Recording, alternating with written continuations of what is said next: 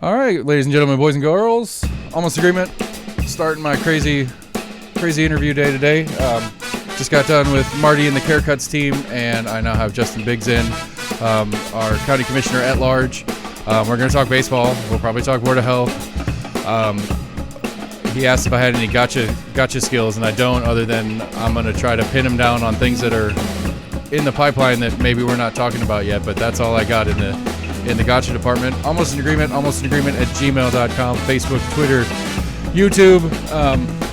Hit us up, let us know. We're going to keep working on what we can work on. If you've got ideas of things I should be looking into that I'm missing, I am all ears. But I don't know. Man's got other things to do than listen to my intro music, so we'll move it out of the way. Justin, thanks for coming over. Thank you for having me. Appreciate you being here. I'm trying to work my way through the entire commission, so I got everybody here at least once. I actually just pinned down Larson. I got him coming next week. Nice. And so I guess one of the big things I've been doing, and I guess foreshadowing my later one today, is I've got some of the guys from NATS coming in, the anti-taxpayer funded stadium group, which I don't mean to use anti. It sounds defamatory, which is not the point. It's one of the big topics right now. Yep.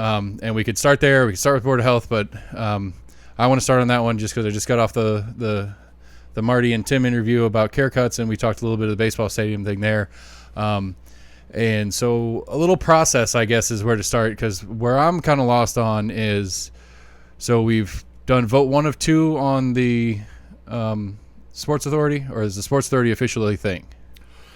So we are pushing forth to have a sports authority. You have to make sure that the city council and the county commission both pass it, because it's a unified thing. Right. And then now what's going to happen is that's just kind of like the first step, is saying that yes, we do want to have a sports authority, but you still have to basically have members and things like that. And the sports authority, before everybody starts thinking this, it's not just specifically for baseball. Maybe it's for farm league soccer, other basketball. There's a because one of the things that I was thinking about on it that I don't know if I'm missing the point is we have the Ice Bears and the Civic. We do. And this kind of goes into both parts of the conversation I guess we're going to get to on the baseball situation, is because the city owns the Civic.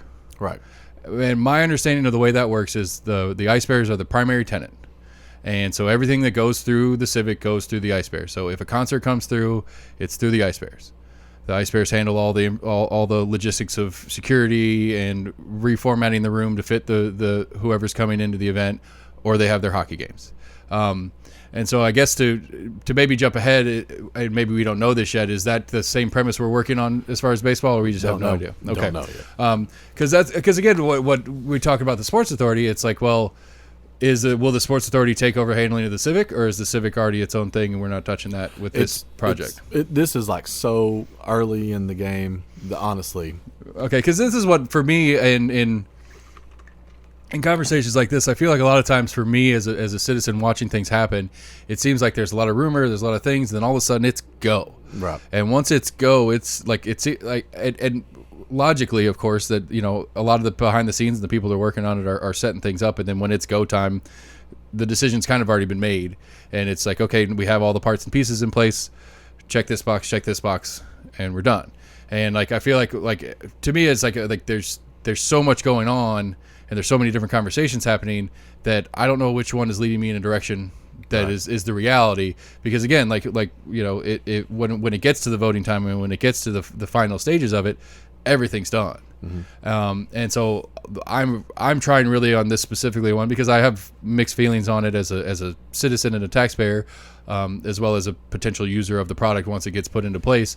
I'm trying to get as front end of this as I can to get the most understanding from all corners of it. Because as everybody that listens knows, I generally argue as a libertarian. I don't see why a city or county should have any involvement in a private industry of this sort. And so my gut leaning is going to be like, no, I don't think we should pay for it. Right. Especially after talking to Tim just now on that podcast. I mean, he makes a good argument for value in it as a citizen, in paying for it. And so I'm trying to make sure that as many of the voices and many of the nuances are getting out.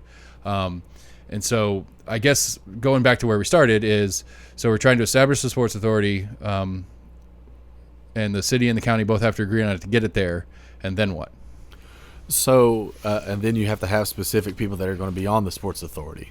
And it can't be anybody that's on city council, on county commission. The format of that, you have to figure out what and who is going to be on there, taking applications and things of that nature, like we do with other committees and boards. Right, which I did that once, and it was a mess. But I went in the middle of the Board of Health.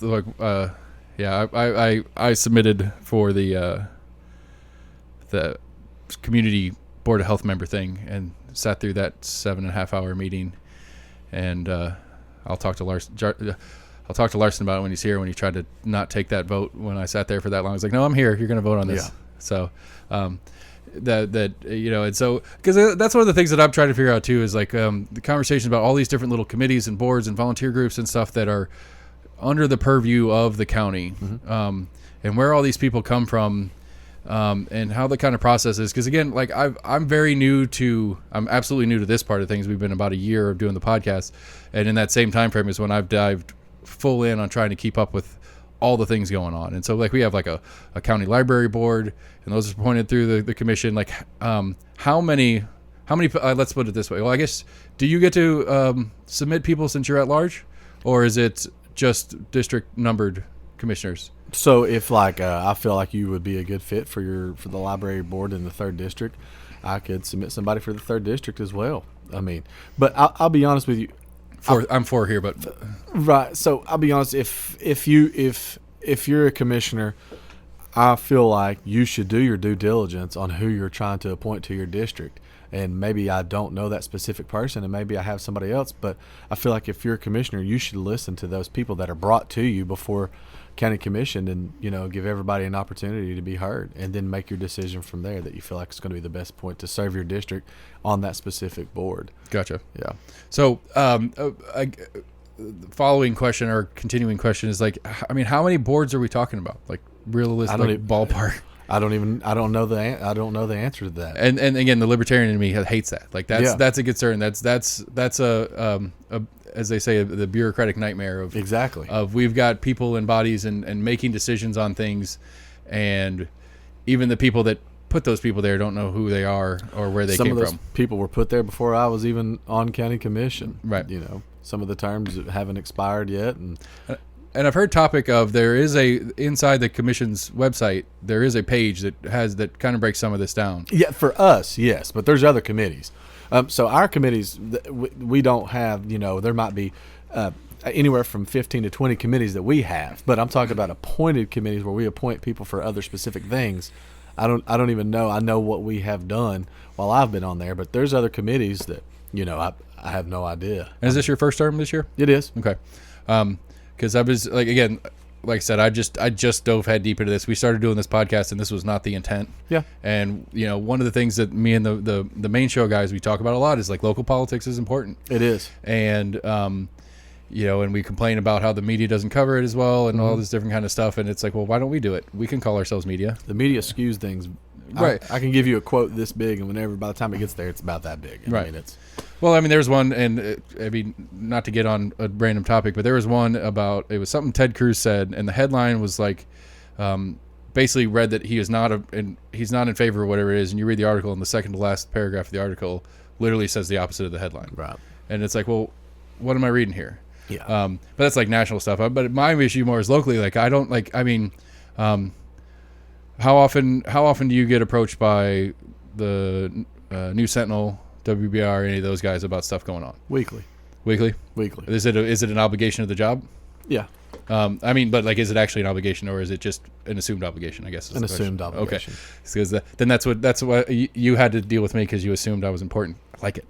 No, I'll be honest with you. If you were John Doe and you wanted me to come out and talk to you, I would do it just because I feel like that's what you sign up for whenever you're elected, to speak with everybody. And if you've got, I don't care if you've got 2 listeners or 200,000 listeners. That's part of it, right? And I think that's one of the things that, as I've gotten into the interview portion, I'm trying to get is that I don't know how well you remember it when I got up there. I suck at public speaking. I don't mind this, but when I get a crowd around me, I freak out and I zone in. Mm-hmm. I'm just not comfortable with it. And so when I finally got up there to speak, asking for the Board of Health thing, which I'm glad I didn't get because I didn't realize it was a 4-year term that I was obligated to like every week or whatever. I was like, nah. I was so upset about not getting the chance to be there, but then that crowd thing. My whole pitch was that I don't have any special education in what we're talking about. I think one of the things that gets lost a lot is most of us out here don't know these details, don't know all these different things. And when a board of health or these other committees put things out, they're in their circle and they speak like they're speaking to each other. But we, as the county residents, don't understand that language as well. And so that was my pitch to be on there. It's like, I want to be on here because if you can't explain it to me where it makes sense as a part of this board, as the community involved member or whatever, if you can't explain it to me, then we shouldn't put it out to the public. That's right. Because I'm not that smart. I'm not that special. I can understand things, but it's got to be put in language that I understand. And I think that's what gets lost a lot. So one of the things that I pride myself on is I really try to speak to everybody on terms that they can understand, and I don't get too far out on things. And yeah, I can be analytical, but at the same time, I'm gonna bring you facts and figures and things that I feel like everybody could understand. Right. And that's one of the things that a lot of politicians talk in circles. Right. And that I'm over that. That should be old news. That shouldn't be going on anymore. Like one of the things that, and if I know you've probably already had him or are going to have him, is Kyle Ward and myself. It's pretty much black and white with us. There's no gray area. Like, we give you an answer and we stand by the answer. Or sometimes I give you the answer and you don't like my answer, but I stand by it. Right. So we need more people like that. Yeah, and I think I Kyle's been fun. He is my commissioner personally, so I get a double voice on him as the media, and you have to answer to me because you're my commissioner. It's been very interesting to kind of follow his trajectory, just because he was one of my early interviews when we first started getting into this, and watch him get in there and get active, like be active. And this is one of the questions I asked myself a lot since we started this: is this normal or is this new?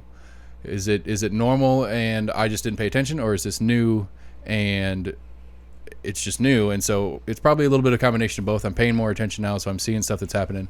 Obviously the Board of Health one is specifically new, and specifically hot item because of the division in how strongly different parts of the public are involved as well. Because I don't think I certainly don't know of a time where you've had 8 or 10 hour meetings right prior to the pandemic. Years. It's been years ago. Yeah, and so that one's been fascinating to watch. It was painful to sit in on, but fascinating to watch from home at least. And so I guess that naturally brings us to that conversation. So if my understanding is correctly, where are we at on when's your next actual voting meeting? Voting meeting Monday after next. Monday next week? Or next 2 weeks week's from workshop, Monday after next voting. And so if what I read was correct, is that there's discussion of postponing the second vote on the Board of Health dissolution conversation. So I'm a little bit lost on that. I like the method. I think that's an interesting thing that we do, is we have to agree to it once, and then we have a month to think about it and then do it again. I think that's an interesting little nuance that we do here that kind of gives time to gauge public reaction, to maybe get some more information on something that didn't kind of come to light in time. But why is the postponement happening? Do we have So I've been I got alerted by the media, and they just asked me what I thought, and I said, thought about what? Because as a commissioner, I can't talk to any of my other commissioners or we violate the Sunshine Law. Right. And they said, well, there's talks of deferring the vote to dissolve the Board of Health. So quick point of just clarification. So it'll be Kyle, assuming this is what's happening at the actual meeting, Kyle will present a resolution to postpone it a month, and then it's voted on at the time. Because that's one of the things I would like, because again, part of the show is to me is trying to understand the civics of like the function and how the things work, not just what the things are. And so potentially Kyle could say, well, let's hold this off for a month, and then the rest of the commission could say, no, we're doing this now. Yeah, and then we'd have to bring it to a vote right then. Okay. Yeah. I just want to clarify that part of it too. A majority of 6. We have a body of 11, a majority of 6. I'm county commissioner at large, seat 11. So a lot of times the last vote does come down to me. Commissioner and Chairman Jay is seat 10, who is also at large, and then you have your 9 districts. He and I, and it's designed that way so every person has a 3-person voice. So if your commissioner, Kyle Ward, says, I'm anti this or I'm pro this, and you don't feel the same way, and you want to talk to myself or the other at-large commissioner, you can call us and get a hold of us. Write us an email. We'll come out and speak to you, or talk to your HOA or whatever it is that you want to, talk to us that you're concerned about. And that way you have a voice on county commission. It's designed that way. Used to, the majority, all of the seats except for one had 2 county commissioners per seat, and then another seat had 3 per that district. So you had a much larger body. But going back is, you have people that really ask us specific things about the Board of Health and wanting to go ahead and dissolve and wanting to go ahead and defer. And, it's honestly right now it's 50-50. Right. If you looked at my emails, it's about 50-50. And I think one of the key components that a lot of people aren't talking about, I don't know if they're afraid to talk about it or not, is, yes, there was death threats made towards us. Right, I heard about that, yeah. And I think that swayed some of the members on county commission, almost scared them a little bit. Right. Me, no. I'm a huge Second Amendment person. I carry everywhere I go. And so I'm obviously afraid for my family, but right. I will defend them if somebody tries to come inside my home.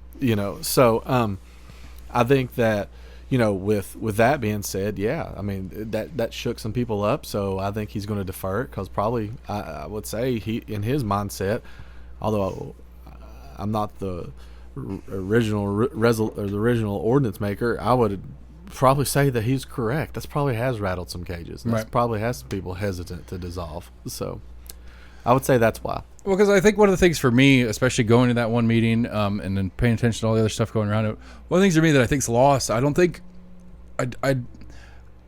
it's being properly articulated what the point of this is. The process is weird because it's under the state. It's under the authority of the state, not the commission. Exactly. And so there's that whole weird thing, and then whatever Zachary's doing at the state level that's trying to adjust it is too. And so there's a number of different moving pieces just in the literal function of what we're talking about. But one of the things that's and I think Mayor Jacobs kind of had a really good opportunity to make it clear what it is to continue because Mayor Jacobs has been very vocal about his opposition to it. Yeah. And I think he could continue to be very vocal about his opposition to it, but vote with it,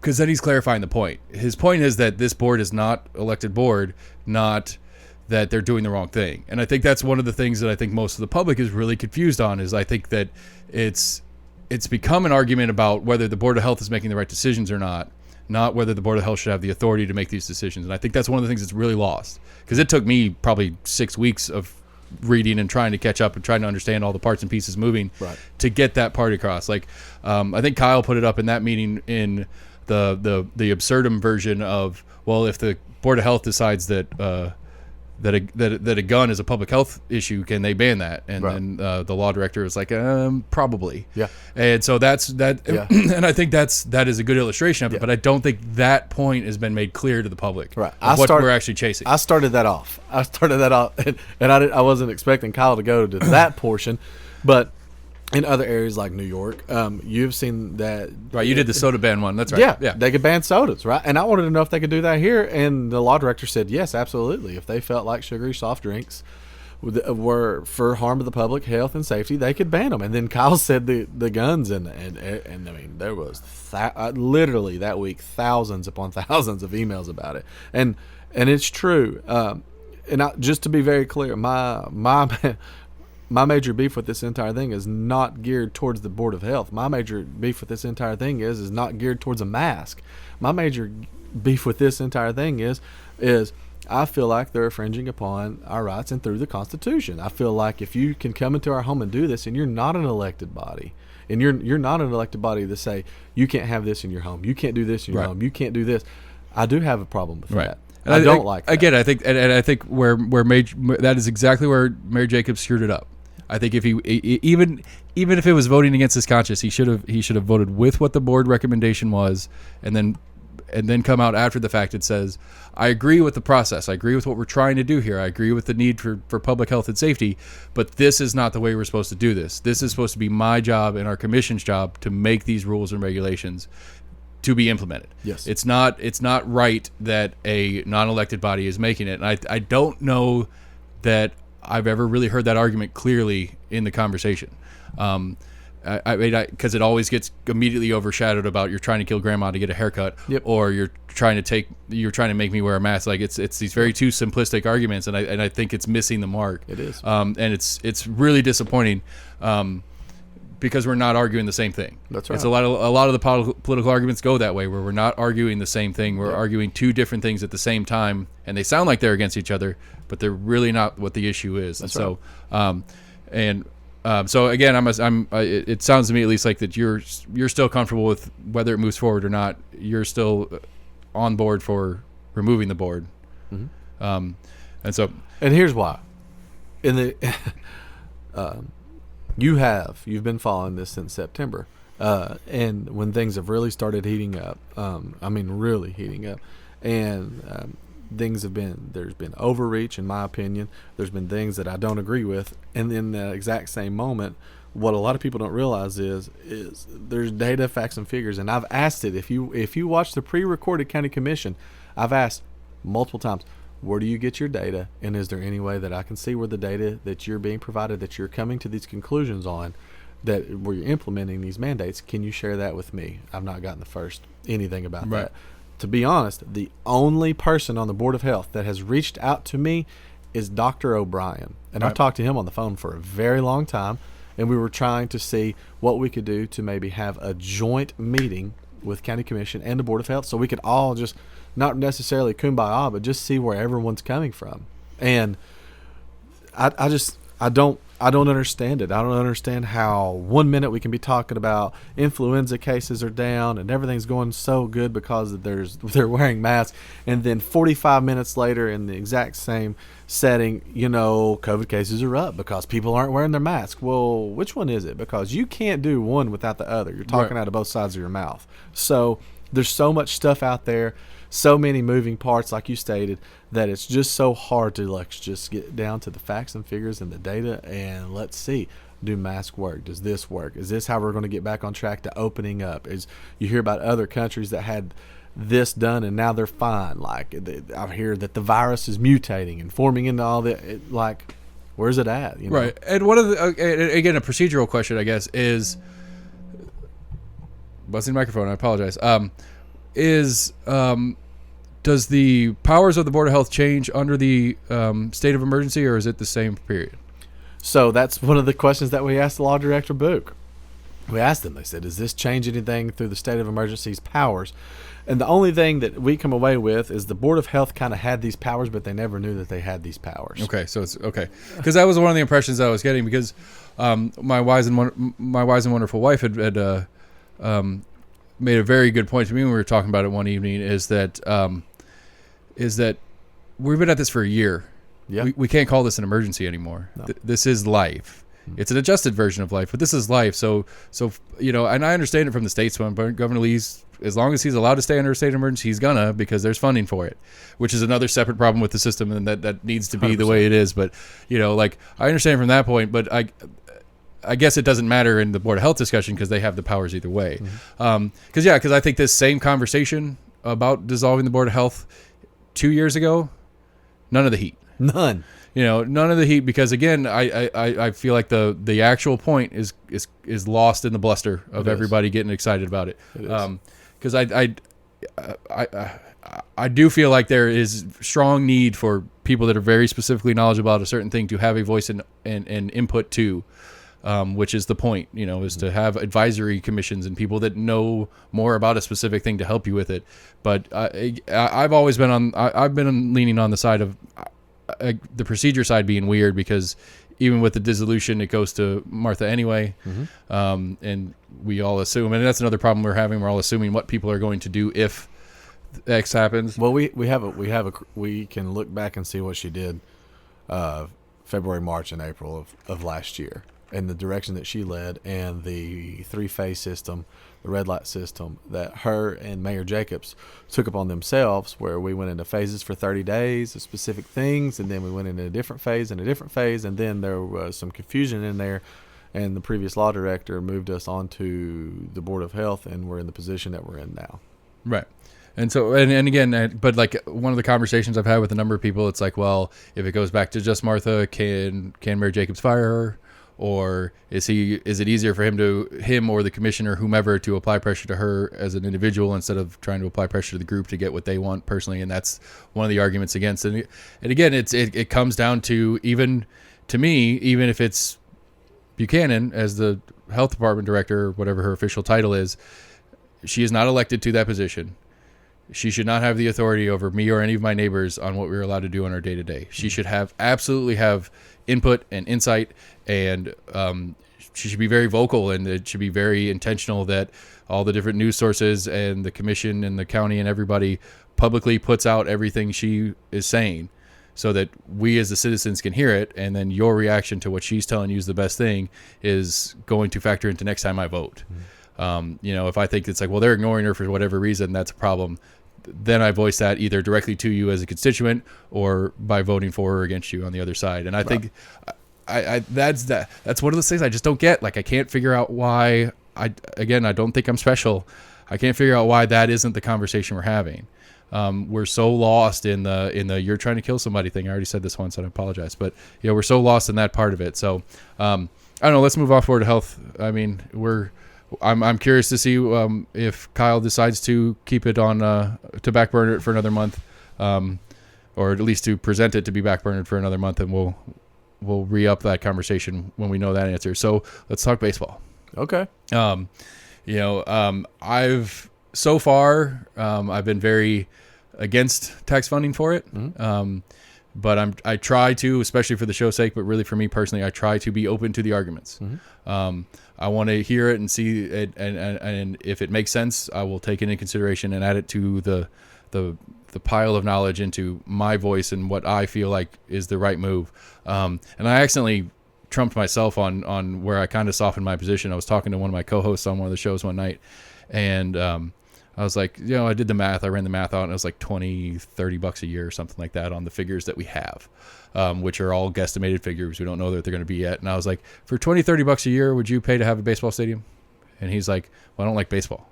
I was like, for $20 or $30 a year, would you pay to have the opportunity to have some good concerts come through and do an outdoor show at a baseball stadium? Yeah, maybe. And I was like, yeah, maybe me too. And so like, it's like, I don't know. Like I like, if some of the rumor and what we're talking about is the point, it's going to be multi-use. We're going to do more than just baseball there. And I generally argue is like, even though I argue as a libertarian, I generally say if you could show me where the money's going and it makes sense, mm-hmm. I'm not going to pitch a fit about it. Right. Especially, when you do the math, there's half a million give or take here in Knox County. The math goes out to, it's a pretty small chunk per person. And if that pretty small chunk gives me an option to do X, Y, or Z that I feel is worth $20-$30 a year, then I'm a little bit less hard-edged on the conversation. Right. So I guess so we actually started here. I forgot. So we already talked about the Sports Authority part of it. But I don't know. It's just like, is there a real argument for better spending? Like, there's something else we should be spending it on? So right now, I mean, I'll be honest. I haven't been sold on the baseball stadium. I like the idea of a sports authority, and the reason being is because I think there's other minor league sports that I would like to see have an opportunity to come to Knoxville, Tennessee. There's things that, if you look nationwide, that they're already doing that we don't have here. So that's one of my influences on why I said that, because it's not just for me one specific instance and group. It's a much bigger picture. But one of the things that was talked about earlier on was if they decide to do the baseball team, that we were going to try to negotiate with the city of Knoxville that we take our payments off of the convention center as well as the Women's Basketball Hall of Fame, so that there's not going to be no new debt drawn down for us. We'll just switch that over to the baseball stadium. That was my understanding. But this is so early on, like I said. Right. I have a meeting about it next week, but I don't have. Because the easy answer is yes. We all want the baseball stadium here. Right. It's just a how. I mean, it's just a how. They never should have left. For it. Right. It was previous administration. They never should have left. Right.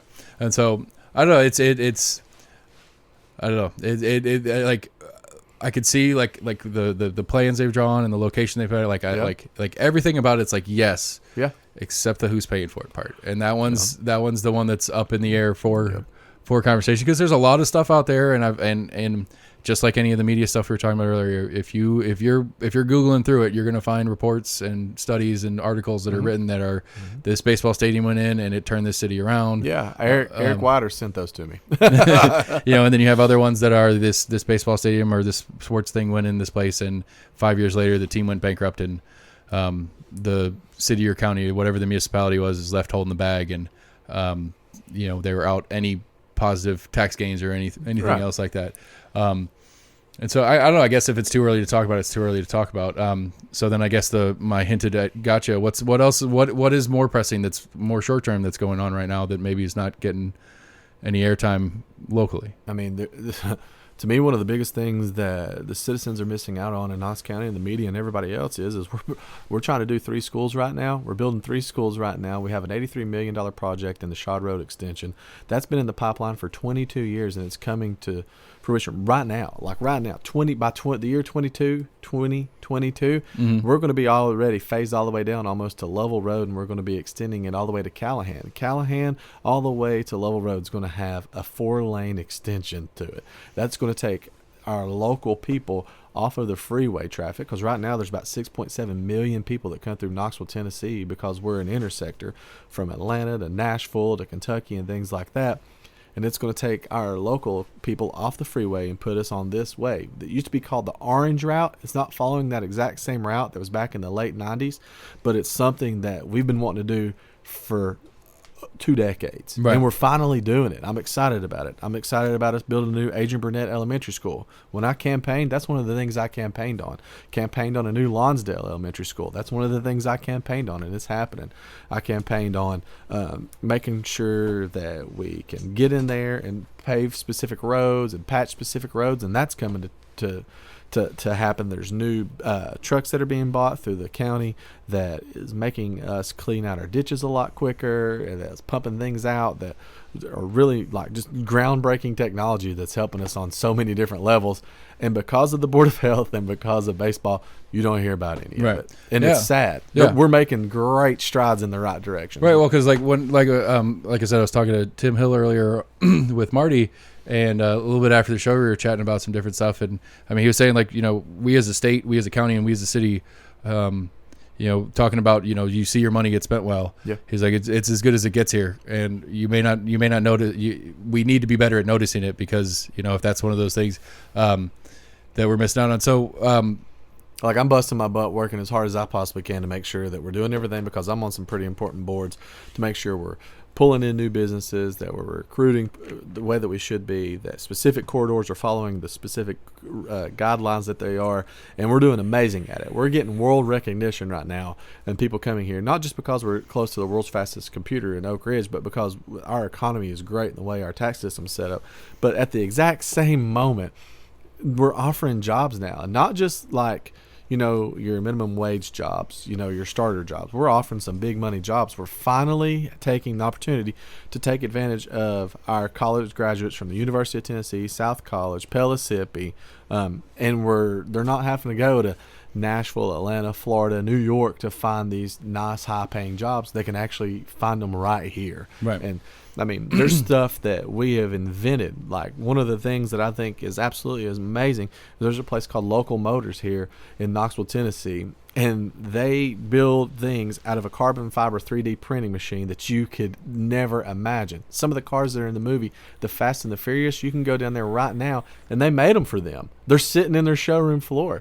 The technology for the screens at McDonald's and Burger King, when you go through the drive-thru and there's a screen in your order and you see your order pop up, that technology is right here.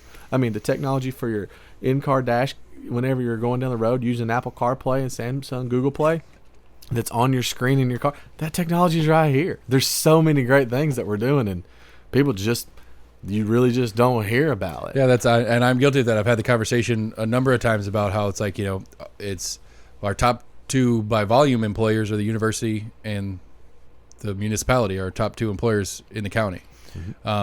And again, the Libertarian goes to the municipality is the top employer. That's a problem. Right. We need more other jobs. And I've had a personal struggle. Like I'm a UT alum. I went to school there, but I have a hard time with how what's the word I want to look for here? Dependent's not the right word, but under the thumb, still not a great phrase for it, but the best I can then is like the university has more power in this community than I think they need to. I think that's a problem for us to grow the way I think we want to grow versus the way the university wants us to grow. I don't mind that they have alcohol on campus now for certain events at Thompson or whatever, but I think that is going to hamper any attempts to get the Civic up to a better. I mean, the Civic's just a rough building. It's was 70s. Yep. It's been there forever. It's a rough building, and it doesn't sit well for a lot of the different activities that could be going in there. And so, like, I was hopeful when the police department was moving up to the old St. Mary's building and I know there's a museum going into where the police department was. Yes. But that whole area right there and a new Civic, I want to see. This is just one of my fleeting thoughts that I had a couple days ago, and I was thinking about it. I'd like to see the city county building go somewhere else and a more community friendly something where that is. That's such a beautiful spot on the river where it sits. It sucks that all that just bureaucracy sits there instead of something fun for us as citizens to take a part in. You're speaking my love language. I don't know if 2 years ago I was trying to make that fight and I got killed on commission for it. I mean, it's a cool building. I mean, for what it is, I just don't like what it is that goes on there. Like, there's so much that could be, like a crazy version, the libertarian to me is like gambling should be legal. I don't know why it's illegal and stuff like that. Like a casino sitting right there would be world changing. Oh, it'd be amazing. I mean, just getting sports betting in the state of Tennessee was huge for us. Right. And imagine one of the things that a lot of people haven't heard about is, if the Smokies do move here, I mean, there's been 203 acres purchased up at the 407 exit. It's going to be shopping and other things of that nature. I'm not 100% sure what. Oh, the Cherokee Nation thing right there. Yeah, the way it reads to me is it's gonna. Yeah, it does kind of have that hint of it's gonna get there, but they're not saying that yet. Right. Yeah. Yeah. But yeah, and I don't know. I don't see why gambling's legal in the first place. People have problems with all sorts of things that are legal. Why does this one somehow make an exception for? But yeah, there's other. I just like it's just such a weird, underutilized location for what's there. So well, and if you ever go to Cherokee, North Carolina, and go up to Harris, man, it is it's pre-COVID, it's a booming economy up there. And inside, I've went up there and went to shows and things of that nature. You've got amazing restaurants and just basically it's like a little city inside of a city. Because I've been very pleased. Like, I moved here in '93, and you didn't go downtown for anything. You went downtown to pay parking tickets, and that was it. Like, or every once in a while there was a festival or something like that might be worth doing. But there was, most of Gay Street was. There's like 3 businesses that were actually there and open most of the time, and they all closed at like 8:00 at night. And so there was no nightlife or anything like that. So I've been very pleased with the way Knoxville as a city, like as the center city part of it, is really grown into a nightlife and a culture of its own. And we have an identity as a city, and I like that. And when do you think that came back? I worked. Let's see here. When I was at UT, I worked at. Where I guess it's the Merchants of Beer now. Used to be a little diner. I worked there for a little bit, and I was in a rock band, and we played the couple of venues down there in the old city. And then at that after I left that place, I worked at the O'Charlie's when it was on the Strip. And so watching those 3 little entities that is the downtown nightlife kind of scene shift around over the years. It was the old city was the only really nightlife, but even then it was only like 5 places that were down there.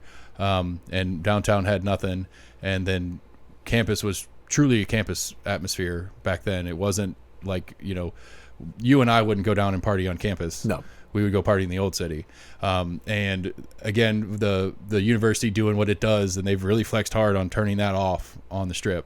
I'm not a big fan of the project that we did that redid the Strip. I don't think it turned out. I don't know what the right answer would have been, but I don't think it didn't do anything super positive to me. I don't like those cookie cutter box buildings that they're putting in. It takes all the personality away from it. But at the same time, that is on campus for all intents and purposes. And if that's not what the university wants and they want to take that scene elsewhere, fine. Let the city and the old city, let downtown and the old city pick that up. And that seems to be where it really started. When I was in O'Charlie's, it was the last couple of years before it closed down. That was the beginning of the murder of the Strip, and all that went downtown. And I think downtown is what answered to that. So, in 2005, I guess. Yeah, back whenever Sundown, the city was really pumping hard too. Yeah, and that whole scene shifted over there and got out of campus stuff. Which again, I don't know. I go back and forth on that. I like the idea of having a campus place, like where kids go play and or party or whatever, because that's not my scene. I don't want to do that. I like the idea. I don't want to go and try to go to Pres Pub and go hang out in Market Square and then have a bunch of college kids running around me, because that's the closest place where they can go do their thing. So it is disappointing that the Strip has died, both nostalgically because I worked down there, and my wife worked down there until the pandemic, and they started having to shut everything down too, and so there's a number of disappointments to what's happening to the near campus scene, to me. But I don't know. We'll see. We'll see how the city and because I mean they've made it easy for the kids to get on the buses and they have all those train systems and stuff. Yep. I again, the long-term pipe dream, you talk about the big the big road projects that were 20 years in the making.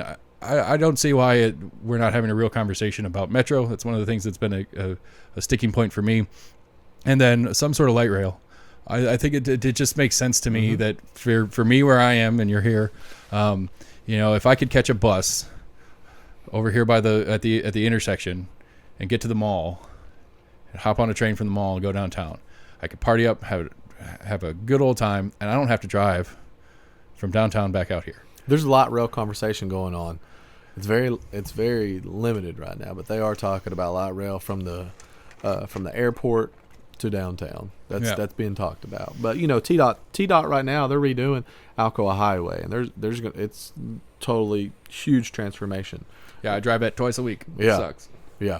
Right now, at least. Right, but eventually it'll be nice. You'll be able to kind of skirt around the motor mile and not have to deal with all that, and go right to the airport or right to Blount County, and or Maryville. I mean, it'll be really, or Alcoa. It'll be really nice. But one of the biggest things for me is getting back to it is, I really think that we're taking an opportunity right now to look into the future on things that we can do that are going to affect us positively for the next few decades. And one of the things that I've noticed right now is it's not the big box stores that makes Knoxville, Tennessee amazing. It's the small businesses, the mom and pops. And that's what makes Knoxville so special. And I love that. And a lot of people say, why are you fighting this on the Board of Health, or why are you doing this, or these mandates and this? It's because we're losing those businesses. And when we lose those businesses, we lose what Knoxville, Tennessee is. Right. I never want to be Nashville, Tennessee. I was as I mentioned, I was in the restaurant industry. That was my career for a long time. I own a separate business now, blah, blah. But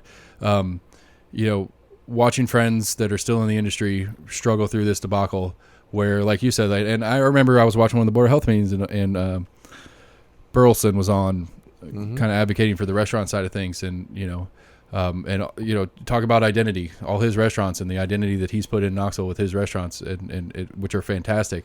But it's like it was, O'Brien was very clear about it to me. The way he stated is, like, it's not the restaurant's fault. It's not anything you guys are doing. It's your customers. And it's like, well, nobody can control the customer. You obviously, as the government, can't control the customer, or the Board of Health control the customer, nor can we as the restaurant. And so all you're doing is making it impossible for me to pay my staff to do things for something none of us can control. Right. And that stuck out to me, especially because they went through that whole thing, and then they voted to add another month to what they're doing currently. But although it did sound like they backed off from what they were originally planning on changing it to. So I guess there was a positive to it. But I mean, and some of the things, like Max, one of my co-hosts on the main show, he always argues, like, he went on a big stink and they've changed it now, but like, you go into Walmart and they push you through one door. And it's like, well, if we're supposed to be apart, why are you pushing us through one door when you have three? And it's like, well, if you're going to squeeze our hours into where we can go out and do things to a smaller window, then you're going to push us all together at a smaller window of time. Yeah. And so, give the restaurants more time, maybe keep capacity bound. We give the restaurant more time to make some money, let their staff make money, do all those different things. I would like to see something like, hey, we're going to take our last order in at 10 o'clock. You have to have your, no more, almost like a last call, right? In the bar industry. We're going to take our last order in at X. After that, you can't, because just shutting people out and saying, oh, sorry that you're not done with your cheeseburger, but we close at 10 o'clock. Right. To me, that's what's happening at a lot of these different areas and places that people are hearing about. Right. And it's not fair. Right. It's not fair. And then then there are some that are there are absolutely some that are just like, nope, I'm doing what I'm doing. I don't care. Yeah. That's true. And and again, it's unclear. It's unclear whether that's making a difference in the grand scheme of things anyway. And that's part of the problem. The whole pandemic conversation in general. Yeah. I complain about not getting information about a lot of things, but the pandemic wise, it's not a lack of information that's the problem. Oh, it's information overload. It's lack of information that I can process, understand, right. and trust. Mm-hmm. And whether there's an agenda behind all that kind of different stuff. And so it's been real frustrating to try to suss that out. And again, just like the what we were talking about earlier, it's not clear. The two arguments are always out there, but it's not clear what we're ever really talking about. We're mm-hmm. always kind of talking around the topic. Mm-hmm. And I mean, for me, to me personally, it feels like it's a lack of trust between the government as a whole and we as a citizen body. Mm-hmm. It's either there's evidence to say that we are too stupid to understand what you're telling us to do and we won't follow it. So you feel like you have to make it law. And so I don't know. That's one of the things that it feels like to me. It feels like it's a you as a citizenry are incapable of making this decision if we give you the information. So we're going to tell you what to do instead of here's the information and a suggestion.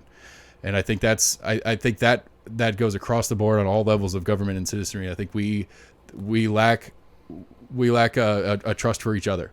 Not as much on the local level as on the national level, but I think I don't trust that you have my best interest in mind. Not you personally, but you as a broad spectrum. Right. I don't trust that your interests are aligning with my interests, so I don't know that what you're telling me is actually for me or it's for some gain for you. Right. It's politics in general. It's always about what it does for you as a politician. Again, not you personally, broad you. And I think that's one of the things that is getting lost. I mean, it goes into the stupid storming of the Capitol mess. It's a misunderstanding of who's there to do what. It would have been a lot easier for me to conform and just go along with the grain and not make any waves about the Board of Health. I'll be 100% honest with you. I wouldn't get hate mail. I wouldn't get packages with no return address sent to me from people. I wouldn't get these older politicians that should just go away that are just, hating on me in different columns in the newspaper. I wouldn't get death threats. If I would have just conformed and went along with it, everything would have been fine. That's not why I was elected. Right. And that's not why Kyle Ward was elected.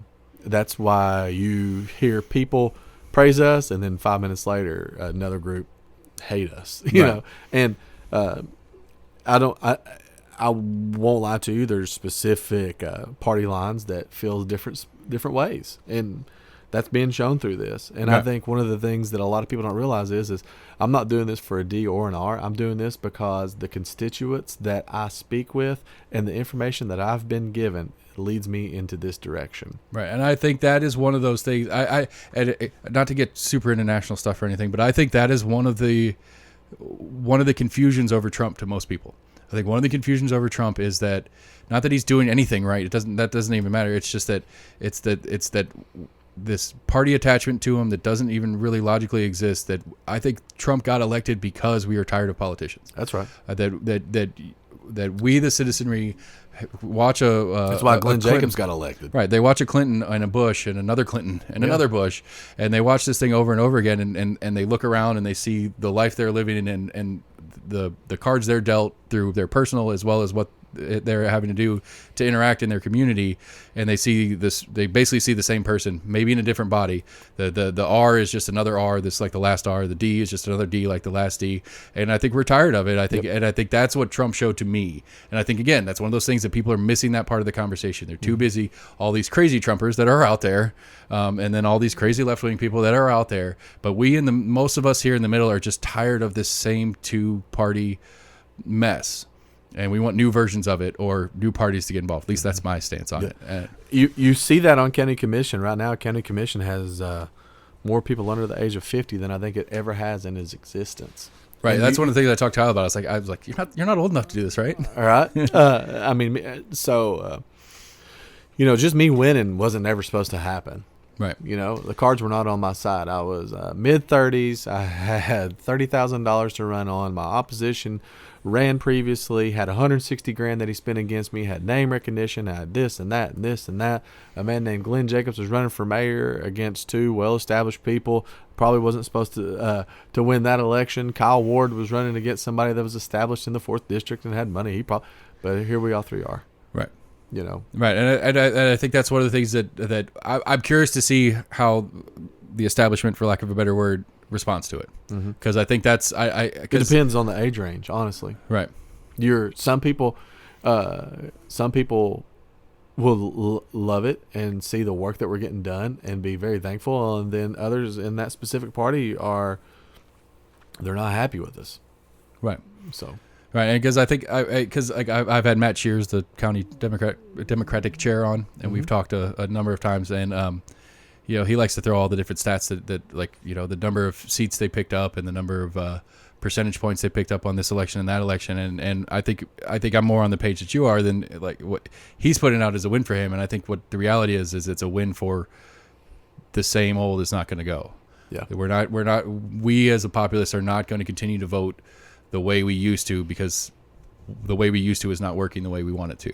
And I think that's I think that's one of those big picture items that nobody's talking about. Nobody's really actually taking the time to really say what is actually happening here, not just plus a seat here and plus percentage points there. Right. What is actually happening here that people that have always voted R are all of a sudden voting D? Yeah. Is it that Trump is that bad, or is it that they're done with this? They're done with the way it has been. They're going to shift it up. D's flipping to R's too. Yeah. And one of the things that campaigning's different now. Campaigning's not the same that it used to be whenever Bill Clinton, George Bush, and so on and so on was around. It's not the same. Like for me, one of the things that I'll tell you this is back in my opposition, they would spend $50,000 on TV. I never did TV. I didn't have the money to do TV. There's no point. So for me, I spent $5,000 doing social media. Yeah. And that weighed out way more.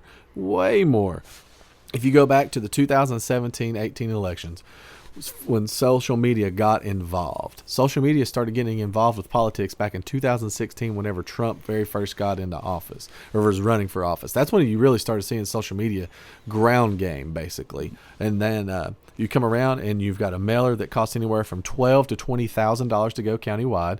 Well, not a lot of people have the money to do those. So you have all of these people that had all this money, basically a war chest built up, and that's how they were winning their elections, through television, through these massive mail-outs and all this stuff. And we hit them with a ground game and a social media platform. And we came and at the end of the day, the voters spoke for themselves, and I won by thousands of votes, and I'm happy because of that. But at the exact same time, it's because you have to realize, social media, you can break things down so small into specific zip codes and demographics and stuff that, man, you can really put your message at home. You can really hammer it home for it. So. Yeah, and so because I'm District 18 in the state. Yep. And I had talk about mailers.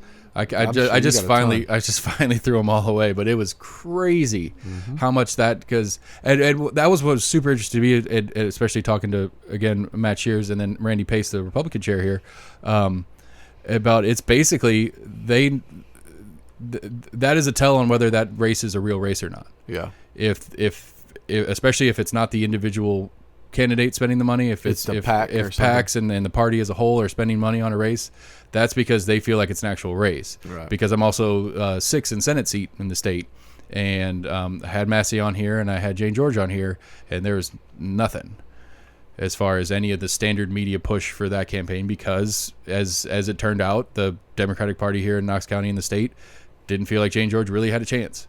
And so they're not going to spend money on a loser. And not that Jane's a loser. Jane is actually really fun to talk to if you've ever get the chance. She's running for state chair. Side note, not that matters to you, but she's really fun, great person, great to hang out with. But that race was not a race, and so they didn't spend money on it. And that would have been an interesting stat point on your point if she could have beat that even without the money as the money shifting. But because I think it's I don't think the parties have a platform anymore like they used to. They're not clear. I mean, and if nothing else, Trump killed that, because the small government party of the Republicans with Trump as president has spent more money than any government in the history of time. So I think that's one of the things that I think we as a populace are seeing, that the parties aren't as true to what they say they are anymore. And I think we're done with the old white males. You know, we're not going to do the old white males over and over again anymore. All right, so I have one last personal issue to bring up with you. So I'm in the county. I have septic. I'm having problems with my septic. Call a plumber, talk to him for a little bit, and he's like, yeah, it sounds like you're going to need to redig your leach field, which basically, like, the ground is so compact around my septic system that it's not leaching the water out anymore. And I was like, cool. He's like, do you have sewage available? I was like, I don't know. They're actually working on it right now, and I do have sewage available. He's like, well, you're going to have to hook up to sewage. And I was like, what do you mean? He's like, well, what you need to do is you need to call the health department out, and they're going to come out and they'll survey the land and do whatever. But he's like, 99 times out of 100, if you have access to sewage, they're going to make you hook up to sewage. I don't like that. Yeah. I don't like they don't have the option. I might want to hook up to sewage anyway. Right. But we're talking a minimum of like $6,000 to hook up to sewage. I don't know how much redigging a leach field costs yet. I haven't gotten that estimate. But it's like, I don't like that I don't have that option. I bought county land for a reason. Right. And I really, it's not about even the hookup cost. It's about the 3 times my water bill. Oh, yeah. That's going to come out of it. I'm not in Hallsdale. I don't have Hallsdale Powell. So I do.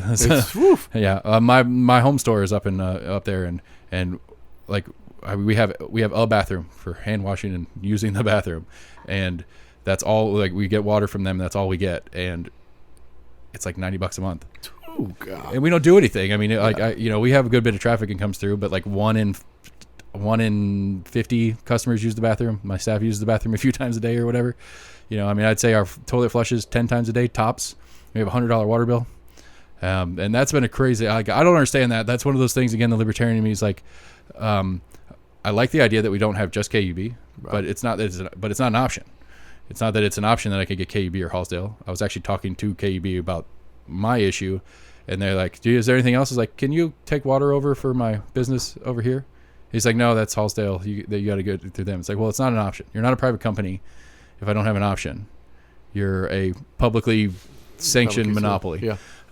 If that's, and I get it. I get why those things were in place in the first place with utilities, because the amount of money and effort and stuff that would have to be out there if you had multiple water companies running everything under the roads, and all the work that would go in that is why you sanction those kinds of things. But if you're going to sanction it, you got to protect me from them, because if I don't have an option, then that is your charge as the government to protect me from them being able to gouge. Absolutely. Because like another one too is like one of my guys filled up a cup of water out of the sink because he wanted a glass of water, and it was hazy. Yeah. And it's like, so this much money, I can't even get clean water out of you guys. Yeah. But I don't know. Going back to the septic issue, I'm confused on that as a resident. Like, do I have any options to fight that? I mean, I feel like you should, but I don't know if you do. You know, and the reason being is because, the health department, they do have a pretty big reach. And, there's over 200 and some odd employees at the health department. I think that's below the Knox County Sheriff's Office and the Knox County Mayor. The health department's the next biggest thing. So, I don't know. I can look into it and I can find out for you. I'd be curious to know. I mean, It's just like I said. I'm not wholly opposed to sewage. I just really don't want to pay wastewater because it's expensive. Yeah, it is expensive.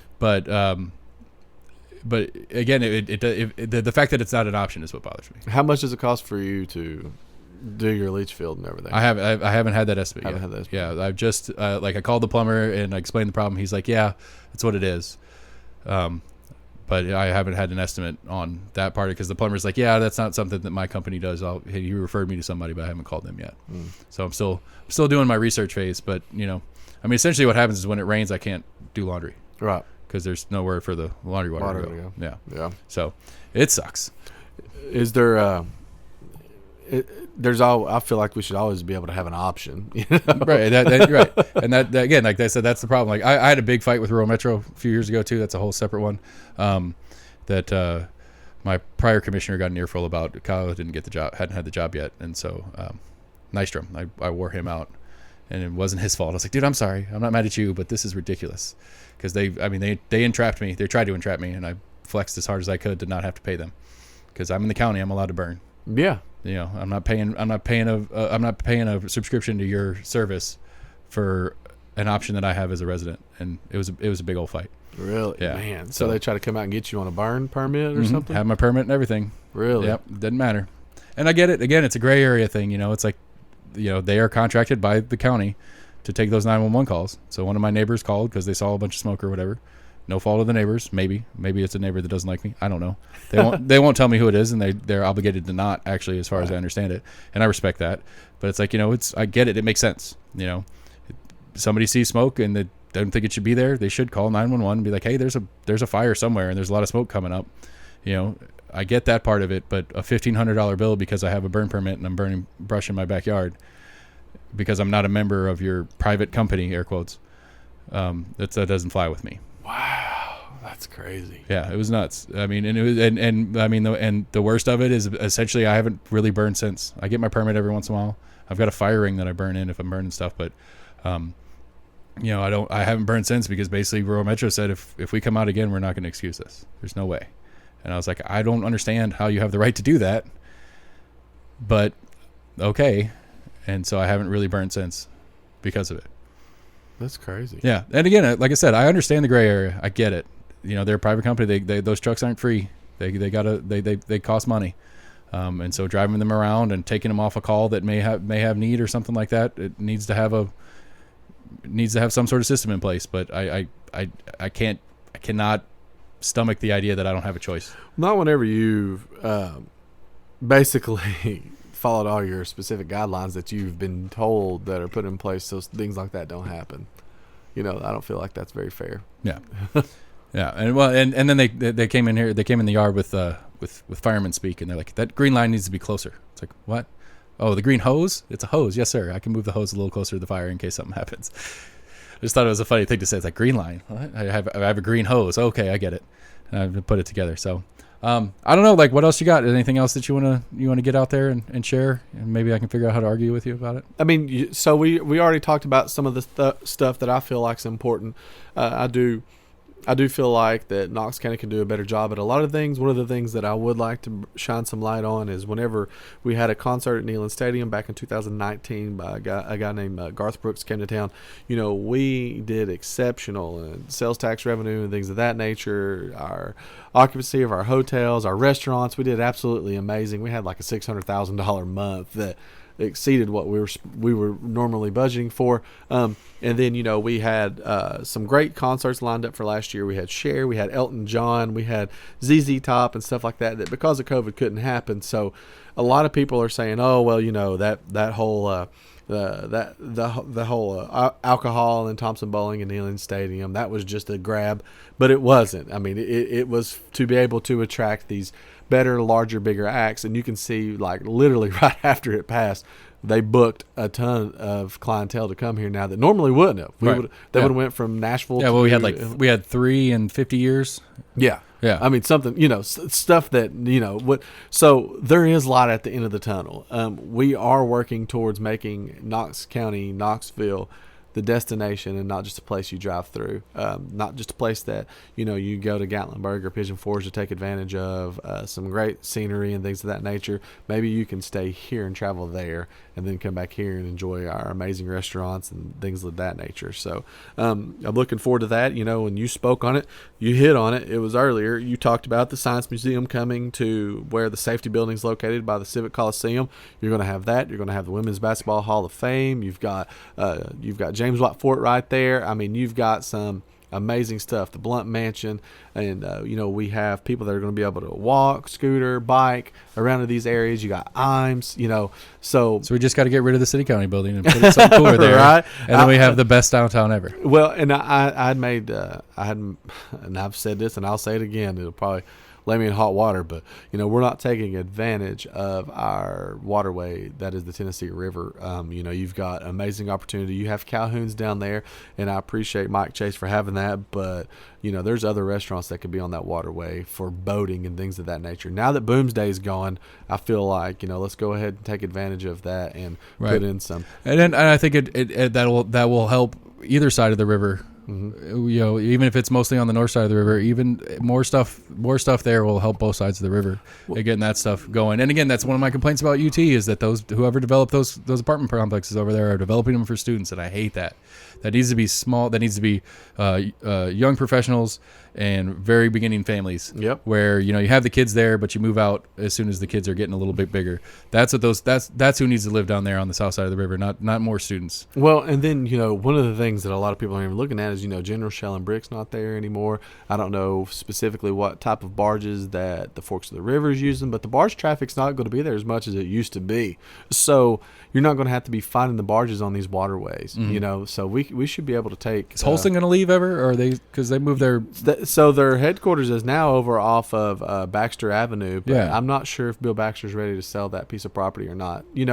Things that happened back years and years and years ago. The reason that the Smokies left under previous, because that'd be a cool spot for a stadium right there. yeah, it would be a where cool Holston spot. is. It really would be. Previous administrations talking about trading properties, and then Cisco went here and all this stuff.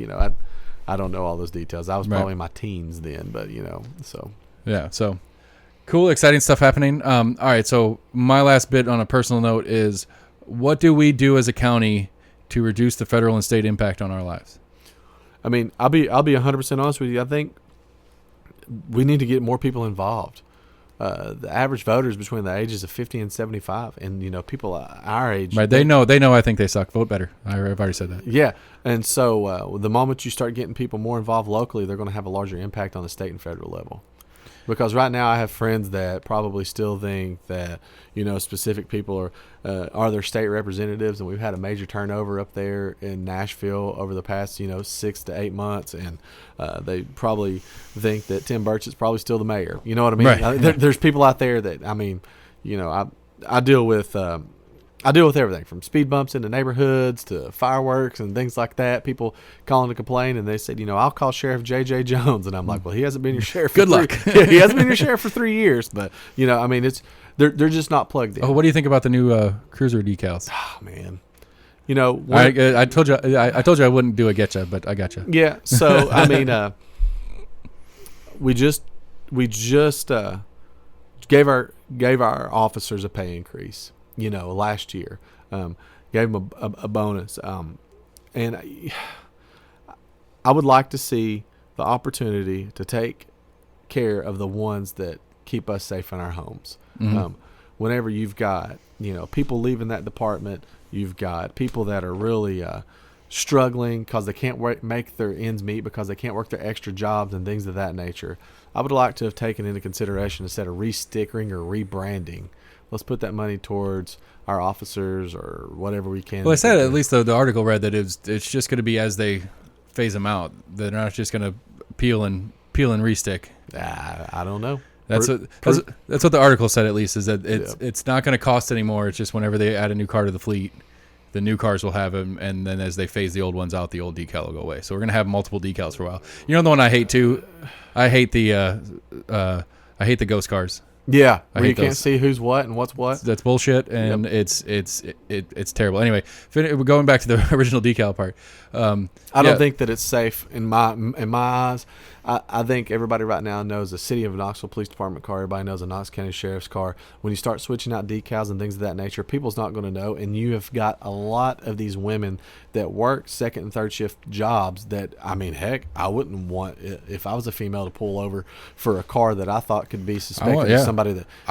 Last time I got pulled over, which has been a while, I'm a decent driver. Last time I got pulled over, I drove like 2 miles, and he was following me the whole way, and he got out, and he was pissed. Yeah. I was like, look, man, I'm not stopping on the side of the interstate for you. We're going to a gas station. We're going to a parking lot where there's other people and there's lights. It's for your safety and for mine. Yeah. I'm not, I'm not trying to avoid you. I'm not trying to waste your time, but I'm not just pulling over on the side of the road. That's right. It's not the smart way to do it. And that's an interesting thing that I think, and maybe when you have, because I know you do some stuff with the sheriff's department, is one of the things I would like to see is some sort of PR attempt from the sheriff's office on stuff like that. Yeah. Like how to better interact with police, whether it's walking down the street or when you get pulled over, the proper procedure on both sides, so that I know if a cop's out of line, Not that I necessarily have authority in the situation, but if he's out of line, I know that he's out of line, and I go through what I go through, but I know that there's an issue there that needs to be dealt with. Or, just don't be an asshole to a cop, and that hopefully the cop will be nice to you. Like something of that nature, I think would be valuable for both parties. Well, and now we have body cameras. Yeah. So it's no longer my word against yours when you pull me over. And I think that works on both sides of the field, though. Yeah. I mean, what a lot of people say, oh, well, they did this to me and this to me. Okay, let's look at the body camera footage, and you're like, well, this camera shows that they never did. Right. But in the exact same, there is a couple bad apples, and issues and things do arise. So, but with that being said, I would like to see us get back to, instead of going out and writing Cotton Eye Joe's and Bilge and Brews and Paul's Oasis citations for being open at 10:15 instead of closing at 10. Let's go ahead and talk about the real issues, which is the heroin and the opioid epidemic and our people that are overdosing left and right and things of that nature. Let's fight our drug problems that are coming from the South and the North, and they're coming here. Right. Because again, going back to what you're saying earlier, we are a well-traveled through location, and a lot of stuff like that. It's easy to be a stopping point for that type of business, and how to mediate that is something that I don't think is talked about enough. Because again, I just got off talking to Marty and Tim on care cuts and all the homelessness situation we have, and how many of those are part of that. Maybe not part of the business side of that, but are victims of what that business does to people. Well, so I'll tell you this. I always think that we should have affordable housing, but with that coming out of the same breath, I think that we really need to focus on the mental health. There's some people down there that if they had the proper care, man, they could really be an asset to the community. Yeah. I mean, a huge asset to the community. And that's never going to happen unless we have the proper way of taking care of people's mental health. Right. And one of the things I meant to ask in that conversation was, do we think that the nonprofits and the private groups that are going out and doing all the legwork and this groundwork like Haircuts does, do we think that they are better equipped to do the job than the county or the city is on their own? Maybe not even on their own or at all, for that matter.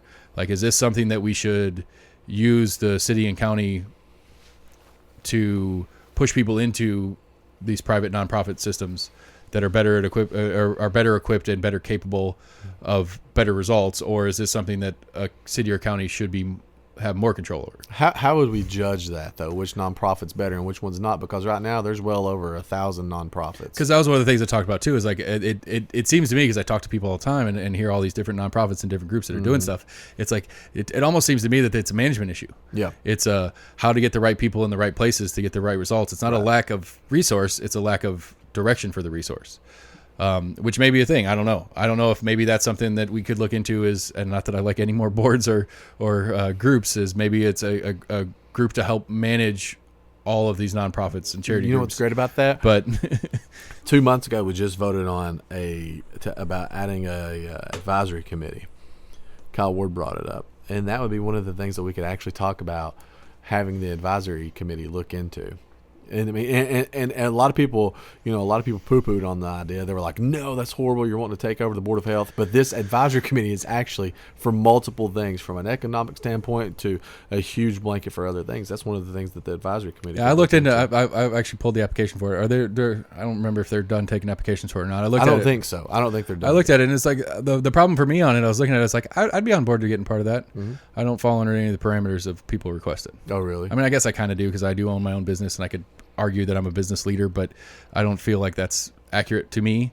But that was I don't know if that's an issue on a number of boards, but that board specifically, it's like I would like to be a part of that. I think I could contribute to it, but none of the positions seeking do I fit the qualifications asked for. Kind of like how the Board of Health was set up whenever the state gave us the names of the people that had to be on the board. Right.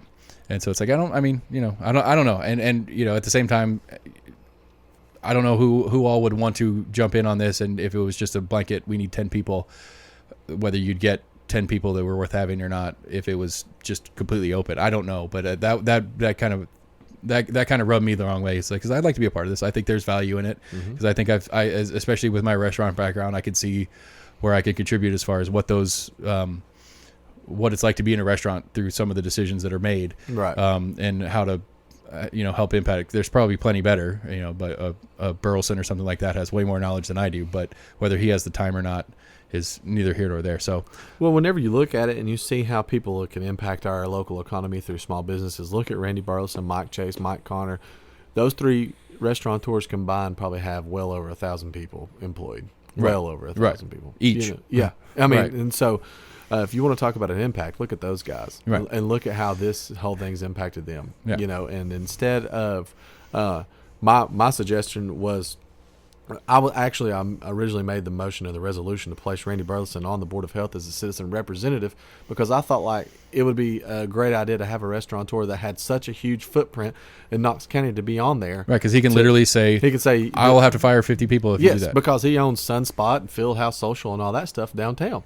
So I thought, man, what a great idea. But unfortunately, another commissioner didn't see that, and we had to break it up into two, take applications, and now you've got somebody that's on there that's in the school system. So I got beat out on that one, but that's what it I'm not opposed to that different voices being pushed. It's we don't always get to win, and sometimes we're disappointed with the result. But having different people have push, as long as it's in good faith, you can't get too mad at it. No, you can't. But at the exact same time, I don't like the politics and a lot of things in the decision making whenever you actually need to be thinking about the constituents. Right. So. Right. Well, I'm not tapped out. I've got plenty more that we could talk about, but I think we've done a solid hour. I think it's a good time to call it a day. I appreciate it, and thank you for your time. All right, everybody. Outro music. All right, Commissioner Biggs, everybody. I forgot one. Do you have any social or any contact that you want to give out for people? My Elect Justin Biggs Facebook, and my Elect Justin Biggs Twitter. Gotcha. Like you said, he's a social media guru. We're almost in agreement at gmail.com, Facebook, Twitter, YouTube. Hit us up. We're going to keep working through it. We're going to find out more things. I've got the Nats guys coming up. We're going to talk about why they think it's a bad idea for taxpayers to spend money on a baseball stadium. Even though I guess we don't have enough information to really talk about it, but we're going to do it anyway.